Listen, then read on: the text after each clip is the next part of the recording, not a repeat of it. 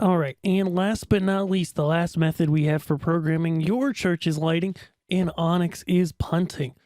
And what punting is, really simply and easily, is it's really just playing everything live and on the fly. And there can be so many variations on this, and there can be a lot of depth to it. In fact, I have a whole course on it called Puntastical that's about 3 hours long that really goes into the weeds about different variations and ways you can program punting. But what punting is good for is if you yourself are running lights every week, or you've got highly competent volunteers that get lighting and that you trust, then you can literally just set your console up. You can literally just set ONYX up for live playback to music, and no matter what happens, you'll have looks that you can go to for your show. And so what this looks like, if I go to my playback buttons here, is basically me just continuing what I did in the colors method and just laying everything out that I have in my presets onto a page of playback buttons. And so I've got all these different color looks here. You can see them change quickly here because I've got the cue list speed up kind of fast right now. I've got some color combos here. I would usually fill this out more, but in this particular show file, I don't have it very filled out at the time. Then I've got different moving light positions. I don't have a lot of atmosphere in the air here, so it's a little hard to see them, but you get the idea.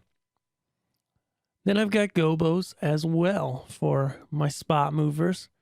And then along the bottom here, I've got all of my intensity levels for all my different lights. And so I can literally go in there, on my M-Touch, just bring these guys up and down. You can see me bring them up and down in the visualizer there because I'm doing it on the M-Touch. And then the last thing that I have for volunteers is a couple effects here on the side. I like to start out with some intensity and movement effects and maybe also add in some color. And you can find out how to build those in my Beginning with ONYX playlist here, or of course inside of Learn Stage Lighting Labs. And so, I just have a simple movement effect that can go fast like this, or it can be slowed way down for just a subtle effect. In fact, I love the way these wash lights go through that truss on the ceiling. It looks cool in real life too. And then I've also got an intensity chase. Again, very simple, just chasing the lights on 4 notes, basically, like most modern worship songs are in 4/4. And then you can combine them together to create some other cool looks, change the colors as you go along, etc. So there's really a lot that you can do. And especially with a console like ONYX, I don't want to gloss over this and say that punting is really this simple. But there's a lot of options, and it really depends on what your end goals are and what you're doing with a rig. But a good way to start out with punting is just like this. Go ahead and build an intensity fader for each of your lights. Build some chases and some effects. Then lay out each different parameter of your lights, color, position, gobos.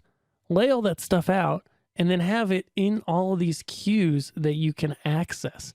And then you're able to really go on the fly, just choose exactly what you need in a particular service at a particular song and be able to play those live to the music no matter what comes up. So once you have this set up, there's really no week-to-week programming. Even if you change series and you change a set design, you can update especially your position and color presets right here, and then you'll be good to go.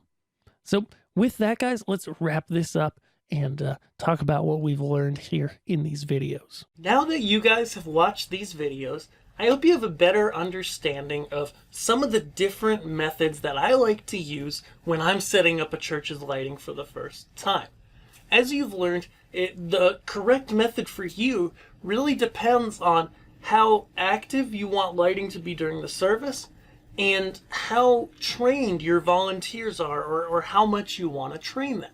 Now, if you're interested in more resources, I know a lot of people, for example, are automating their church's lighting using ONYX, using MIDI commands or timecode. And inside of Learn Stage Lighting Labs, there's actually a full action plan called Automatic and Live that teaches these exact things. Another resource that might be interesting to you guys is the Foundations of Church Lighting.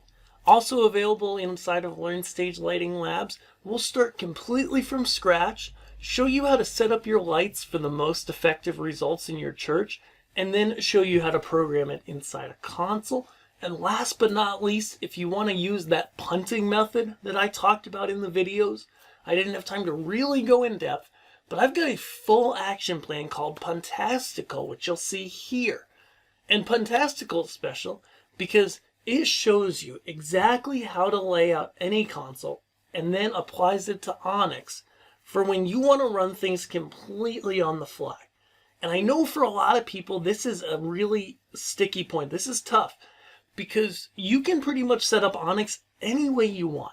But in these videos, I show you the exact steps that I use, the exact things that I program, and how to run things live to create a dynamic and interesting show, even if you don't know what music the band is going to play. And this totally applies to worship bands. And if you get this set up and teach your volunteers and use it yourself, you might not really have to do any program on a week-to-week basis, which could save you a lot of time. So check all of these out. They're within Learn Stage Lighting Labs, and I want you to check out Learn Stage Lighting Labs here at learnstagelighting.com/labs.